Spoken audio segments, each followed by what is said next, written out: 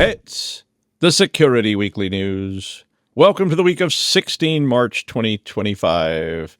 Yeah, we got angry iguanas, squid bots, Brutehead, or Brute D, I guess, OAuth, Dragon Medical 1, Clippy 2.0, CISA, Josh Marpet, and more on the Security Weekly News. This is a Security Weekly production for security professionals by security professionals. Please visit securityweekly.com/subscribe to subscribe to all the shows on our network. We interrupt our program to bring you this important message. It's the show that keeps you up to date on the latest security news twice a week.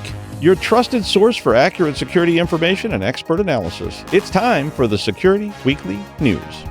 Imagine a world where every threat, ransomware, supply chain attacks, zero-day exploits, is stopped before it can even begin. ThreatLocker makes that world a reality with a zero-trust approach to cybersecurity. By giving you granular control on every executable that can happen in your environment, ThreatLocker protects your business around the clock. No more guessing, no more gaps, just rock-solid protection that keeps your operations running smoothly and your data secure. Discover how ThreatLocker's least privilege approach can safeguard your organization against known and unknown threats. Take the first step toward total peace of mind. Visit securityweekly.com/threatlocker today. All right. I'm Doug White, and we're here with the Security Weekly News. You know, I went and saw Sarah Sherman at a comedy club the other night. Sarah makes Robin Williams look like Stephen Wright. Yeah, if you don't know who any of those people are, look them up. They're weird and funny, but she did have all these great clips of like AV stuff that were from classic films, which made me think of it, which I was sharing with you. Flesh Gordon, Suspiria, Dracula Exotic, Pink Flamingos. It was like awesome. I mean, I was telling my daughter, like, oh, look at that one. Look at that one. We used to see all those at the midnight movie, like back, Fangoria. Yeah. Anyway, also, I wanted to thank all the students and coaches who were at the NECCDC competition on Friday and Saturday. We did the news from there. We recorded some interviews that you'll get to see later. So, look for those coming up in April. But thanks for talking to me. Anyway, don't forget to hit like, subscribe, and leave a comment, or we're going to start running sad animal ads on this show. Please call right now. Yeah, in the arms of the the ones you have to like mute because you can't look. Yeah, those ads are too much. Will somebody buy me for $32 billion, please? I'm a delight. I mean, come on. Like, okay, 30 billion. I mean, come on. Security Weekly listeners save $100 on their RSA Conference 2025 full conference pass. RSA Conference will take place April 28th to May 1st in San Francisco. And on demand, of course, if you don't want to go to San Francisco. To register using our discount code, please visit securityweekly.com/RSAC25. That's securityweekly.com/RSAC2025 and use the code. Oh, this is a good one. 5U5SEC Weekly. Hope we see you there. I may be there. I may not be there. I'm being Schrodinger's host that week, so not sure yet. You'll have to look and see and collapse the wave. Yeah, I had a lot of espresso today. Actually not. I have a lot of espresso every day, but yeah, I'm always like this, I think. Maybe not. Who knows? All right. Black Basta Ransomware have now created an automated brute forcing framework, which is called Brute D. That's what I'm going to call it. Maybe they call it Bruted or Brutate or something like that. I'm going to call it Brute D. Brutate, a new fragrance from Calvin Klein. Brute D is focused on compromising edge firewalls and VPNs. And you probably have some of those. I mean, even people have those at home. So basically, if this means all the passwords on your edge devices are Cisco, and I'm telling you, you don't think that people do that? They do that. I've seen that when we were doing audits and pen tests and all kinds of stuff. And I'm like, why are your passwords Cisco? And they're like, I don't know. I took a class and they taught us that because they always do that in Cisco class, right? So you don't forget during the class. Yeah. Well, anyway, Eclectic IQ discovered Brute D while they were examining a bunch of leaked internal chat logs from the ransomware gang. And the conclusion was that the gang has been using this tool since 2023 to perform large-scale credential and brute force attacks and password spraying and all kinds of stuff on network devices. Now, Brute D was specifically designed. I saw that part of it. I was like, ooh, Brute D is specifically designed for. And then they basically list everything on Earth. It was like SonicWall, Palo Alto, Cisco, Fortinet, Citrix, Microsoft, and WatchGuard devices. Now, there were specific devices that it was actually designed for. And they have examples of the code instructions and things like that in the article if you're interested in such things. But I mean, I think they just about covered it. But I mean, look, I guess my point here is don't neglect those network devices. We saw that a lot. When people were going out, they were testing password security and password strength and all this kind of stuff. And they never tested their switches and their routers. And we've seen people, abuse these things. And now they are realizing that guess what? Everybody's got sticking out into the void, a VPN. They've got that VPN endpoint sitting there to receive connections. It has to be there. And here's somebody trying to exploit that. But test your passwords, not on the devices, not just the users, but test those devices and make sure that they don't have default passwords or, something that somebody set a long time ago, like Gandalf or password or 123456. Use multi-factor if you can on those devices, if they will allow it, and don't expose the management interfaces. Jeez. So, also consider IP filtering if you can. Why is somebody connecting to you from Vietnam if you don't have any customers or clients in Vietnam? So that I know that's harder to do today, but I mean, I get it. Gandalf's a cool password. So is Fladnag, but it's going to get cracked easily. And then, when that's the password on every server and device in your whole network, and they're coming in through your VPN, so they're trusted all. It's like, come on. And especially if you use the password Gandalf on your account at mrfufu.com as well, which got compromised last week. Well, you're going to got. Anyway, the call is coming from inside the building. Yeah. Proofpoint found some malicious Microsoft OAuth apps, which look a lot like Adobe and DocuSign apps. Now, these apps provide you, instead of what they're supposed to do, with some lovely malware, and they steal your Microsoft 365 credentials. So currently, they have identified that there's apps impersonating Adobe Drive, Adobe Drive X. I don't know what those two things are. Are they like Uber? Like Uber X, Uber XL, Uber Black, Uber Green, Uber Yellow, Uber White, less Uber, more Uber. Like I can never understand what Uber's trying to do to me. It's just like I'm going, okay, if I have to share a ride with somebody, it's more expensive than if I get Uber Black. Okay, I don't even know. But they also are impersonating things I do know what they are: Adobe Acrobat and DocuSign, two tools that people often use. Now, these apps are smarter than your average bear, and they only ask for less sensitive permissions like profile, email, and OpenID. Now, I mean, yeah, less sensitive, right? But those are less sensitive. They're not asking for your password or anything. They'll get around to that. Like profile gives them your full name, your user ID, your picture, and username gives and your username. Email gets your email address, and OpenID is a way to allow confirmation of the user's identity, and it does allow for retrieval of Microsoft account details. Now, most of these things start with phishing emails that are sent from charities or small companies that have already been compromised. So you get a legitimate email from mrfufu.com saying you need to read this about your donations this year or whatever, and you click on the link and poof, you got a problem. That installer grabs all that basic data because you give it permission for, wow, that seems harmless. And then it redirects you to a login page, which tries to get your Microsoft credentials, which then I guess could be used to exploit more people. I mean, I don't know. Always be cautious. I mean, I could stop there and just say, always be cautious. Be paranoid. When somebody walks up to you on the street, pepper spray. It's the only way to go. Yeah, I know they're dressed in a Santa Claus costume and ringing a bell, but I don't care. But, be particularly cautious when something asks anything and about anything involving OAuth, because anything involving OAuth is dangerous by default. So these third-party requests are always kind of creepy, and they remind me of someone on the subway coming up and going, would you mind removing your trousers? Well, don't mind if I do. I mean, it could just get a little weird. It's just an uncomfortable moment when somebody asks for your OAuth stuff. Apache Tomcat is being, I hadn't thought about Tomcat in a while. I used to support a bunch of Tomcat sites, but Tomcat is a website backend, and it's being actively exploited with a single put API request. I always thought puts were paranoid. I mean, I was always like, put? No, I'm not letting you put. You get, but you're not going to put. No. I mean, But hey, Tomcat allows puts, let me tell you. And basically, this particular put will allow a compromise of your server. I don't mean like a little exploit. I mean like whole place comes crashing down. Basically, what they have to do is they build a specially crafted data stream, of course. But because of the way Tomcat works, it can write a file. So they basically put the whole file in the data stream and do it as a put. And Tomcat puts files, if it's set up this way, in a session storage directory. Okay. Now, this is the first part of hacking 101, right? Can you put something on their system? I mean, easiest thing, of course, to put a command. But if I can't do that, what if I could put a script?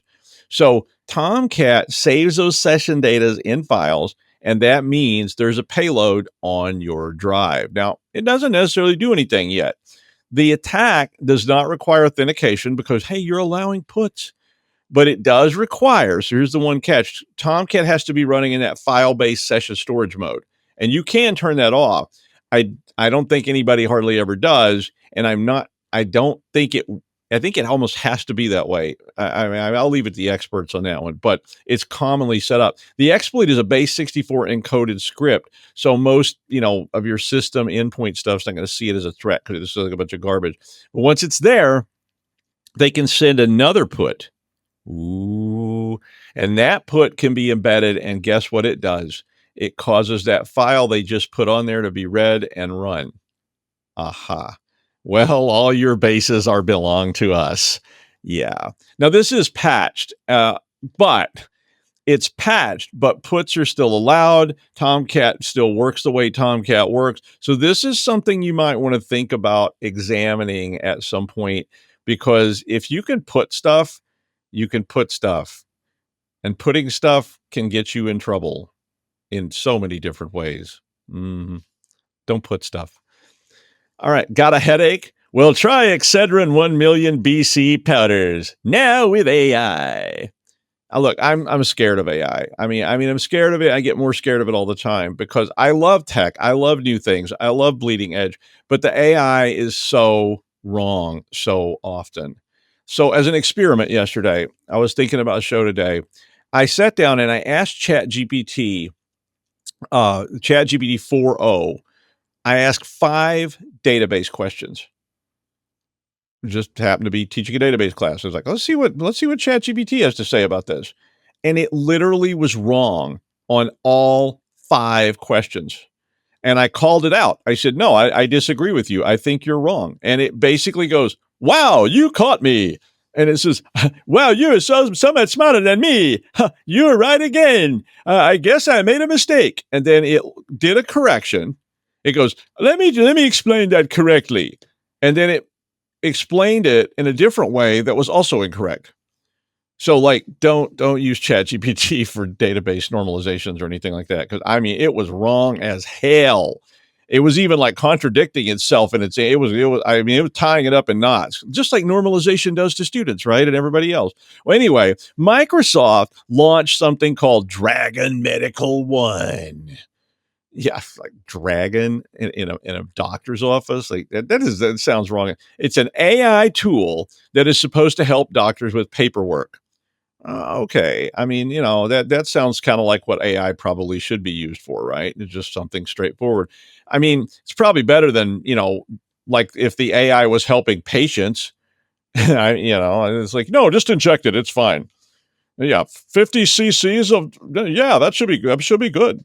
I mean, I would rather see a med student on an hour 35 of 36 at the ER than Microsoft Doctor Bot, who may or may not just decide to tell me that like I should inject 500 milligrams of potassium. I mean, to be fair, I think this whole thing may well help doctors with patient paperwork so they can spend more time helping the patients. It says that doctors can dictate symptoms and diagnosis into the medical record directly, and the bot's going to correct all their errors, it structures the notes, etc. So no more doctor handwriting or professor handwriting. All that would be good. I mean, I know I like to dictate things because my handwriting is so bad, or I type them. So, and when you've got the doctor trying to put stuff into a iPad that you're going, God, I wouldn't touch that in a million years. No wonder you're wearing gloves. Or they ask you to sign that iPad in the doctor's office.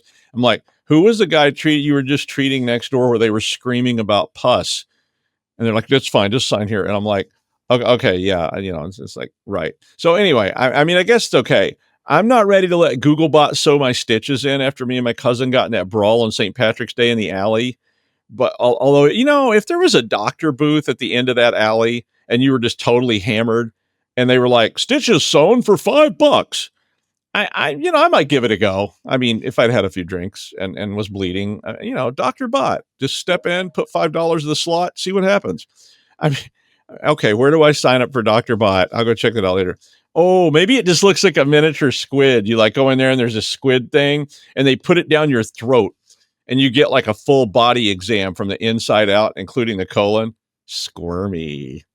I know what I'm inventing tonight. I'm going to sell that for $32 billion and you'll all be getting your exams with my Squid bot. Mm-hmm.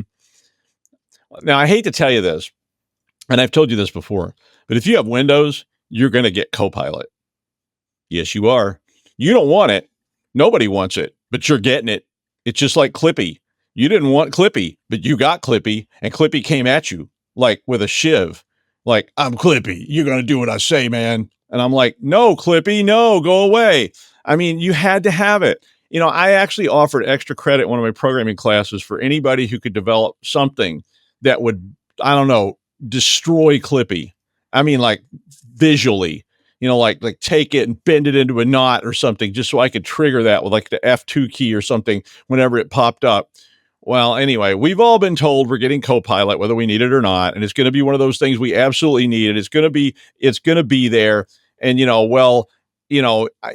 don't know. You uninstall it in a 36-hour regedit session and then find out it reinstalled itself 5 hours later, like those cockroaches that you keep seeing come under the door. You see their shadows on the wall and you're going, what are those shadows? And it's like, oh no, those are cockroaches coming under the door. Yeah, I lived in a place like that once. Now, anyway, a preview update, though, gave people some hope. It was KB 505-3598 came out last week. This was a preview update, so it's not necessarily a finished update. But apparently, if you ran that one, it basically affected the Copilot app and caused that to be uninstalled and unpinned. Not the actual Copilot it's underneath. That's like embedded in the system. You're never getting rid of that. No. I mean, but the app got uninstalled. Oh, noes. But, what are we going to do without Copilot? Oh, no. But yeah, they fixed it right away. Don't you worry. Don't you worry. That 365 Copilot app, it's going to be there. The Copilot app's going to be there. You're not going to be able to uninstall it. Just wait till they start making those slimy squid things I was telling you about. You think you're getting a choice, right? I don't think so, buddy. You're going to have the AI squid doc, and you're going to have it now, and you're going to smile while it's going down your throat. You can run, but you can't hide from AI squid doc. Well, maybe you can hide, but I'm not sure. But it's looking for you right now. You hear that? That subtle, squelching, moist, squirmy sound coming from your laptop case? Mm-hmm. Microsoft 365 Squidward AI-enabled Medbot. Now self-looping. Yeah, what the hell was this even about? Oh, yeah, Clippy 2.0. Copilot of the damned on a rocket to nowhere. Now with enhanced AI. Okay, I quit. I'll stop now. Yeah. Yeah. I had fun. Sarah Sherman really inspired me to be even weirder than usual. Yeah, you think I'm bad. You should go see that. But anyway, speaking of AI, ChatGPT has apparently got a year-old server-side request forgery vulnerability, and it's being used against financial entities and U.S. government organizations, according to Verity. I think Verity sounds good. The flaw affects a file called pictureproxy.php.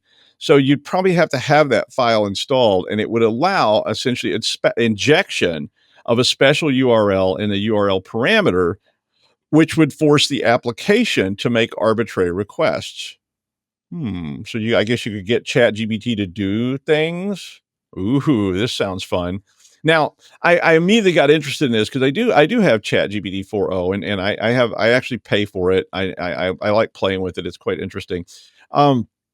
Now, this thing can be exploited without authentication, and there is a proof of concept available for it, and it's been there for a while.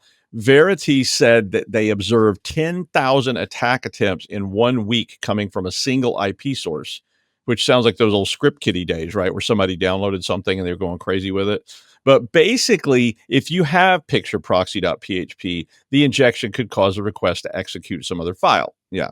Now, my ChatGPT version, who I trust explicitly, assures me it is not vulnerable to this medium severity flaw. And it said, and it did fess up. It said, now, if you're using ChatGPT through an API or a self-hosted instance, you really should check to make sure you don't have this file and that you're not going to be affected by this.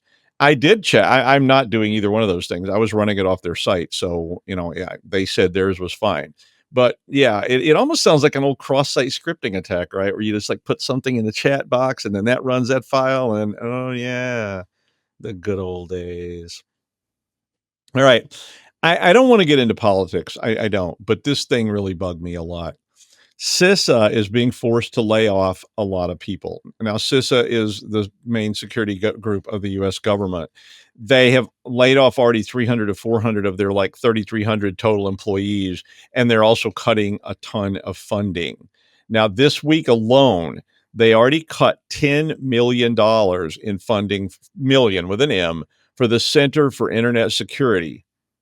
Okay. Now, if you don't know what that is, that's the group that supports the Multi-State Information Sharing and Analysis Center, which is called ISAC, which you've probably heard of.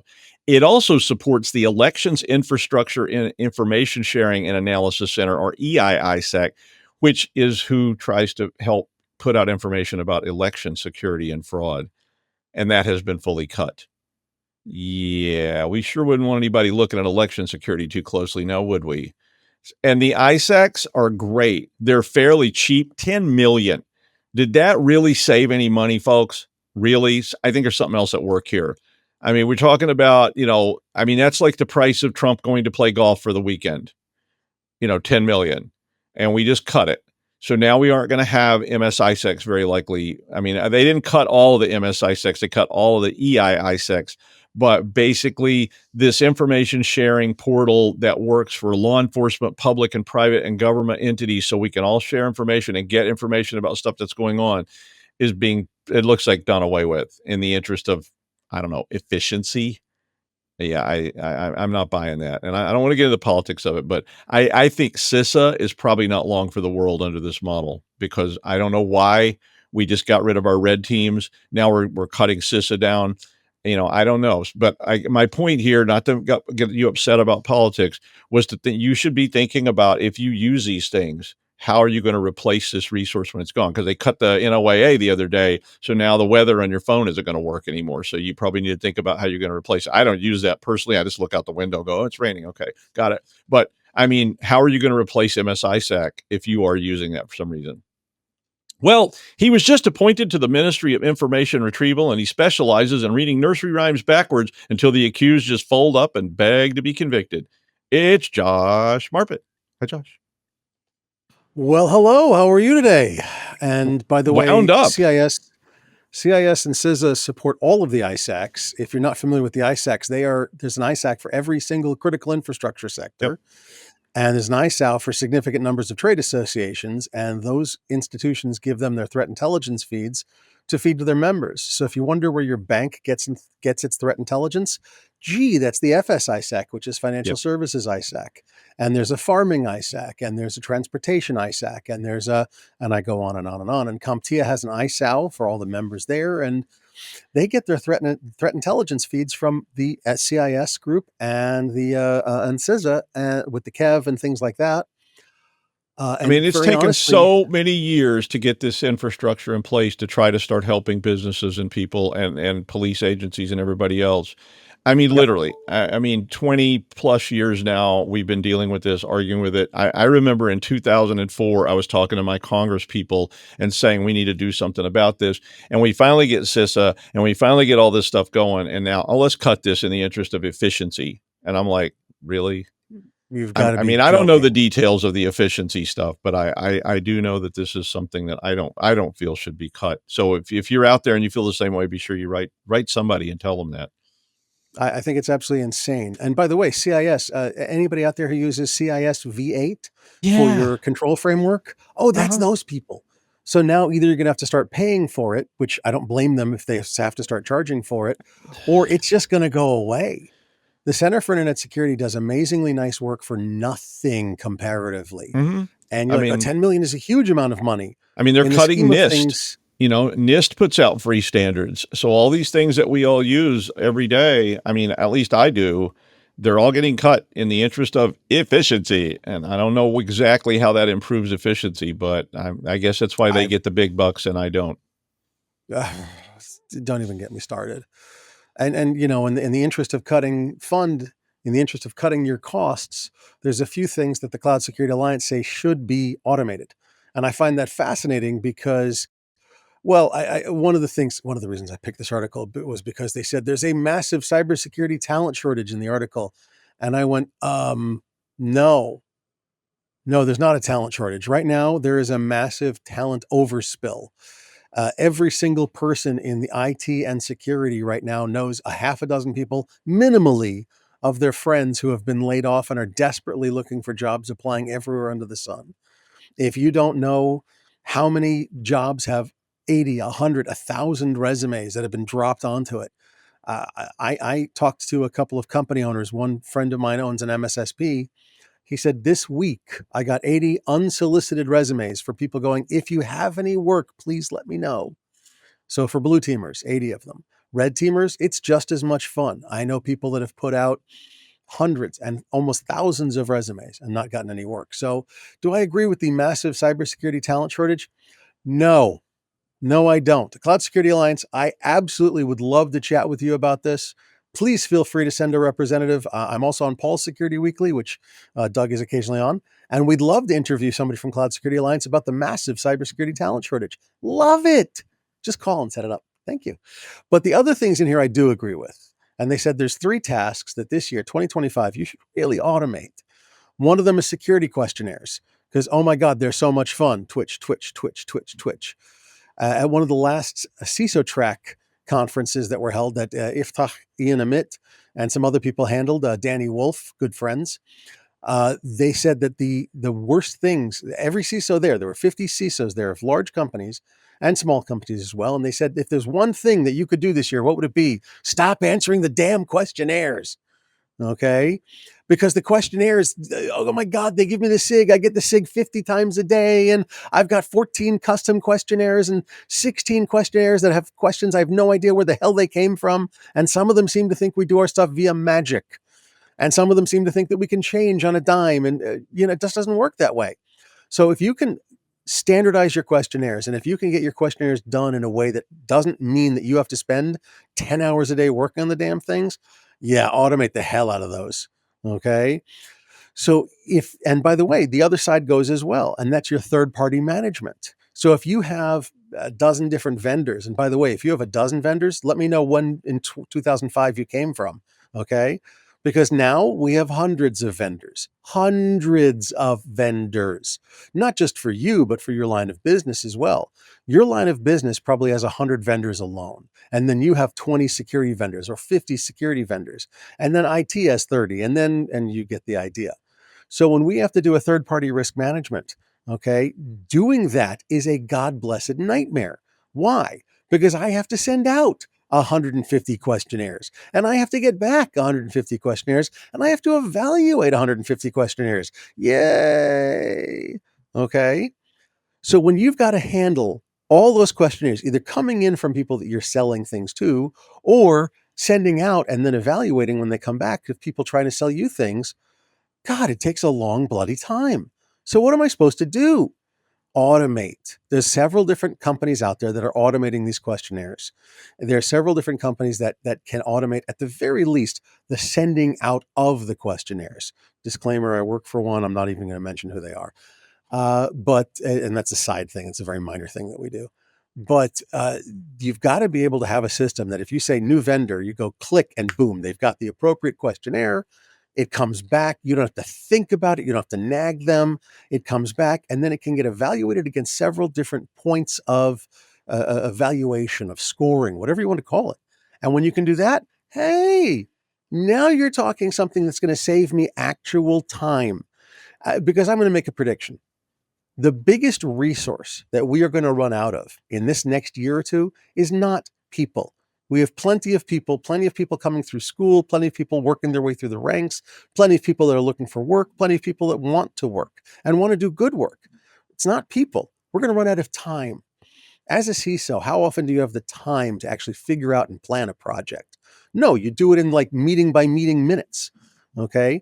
As a VP, as a director, as a practitioner, how often do you have time to go, let me figure out how to do this properly and correctly? Half the time you're doing it on, oh my God, I have a meeting. I don't have to speak. Great. I can actually plan this project out.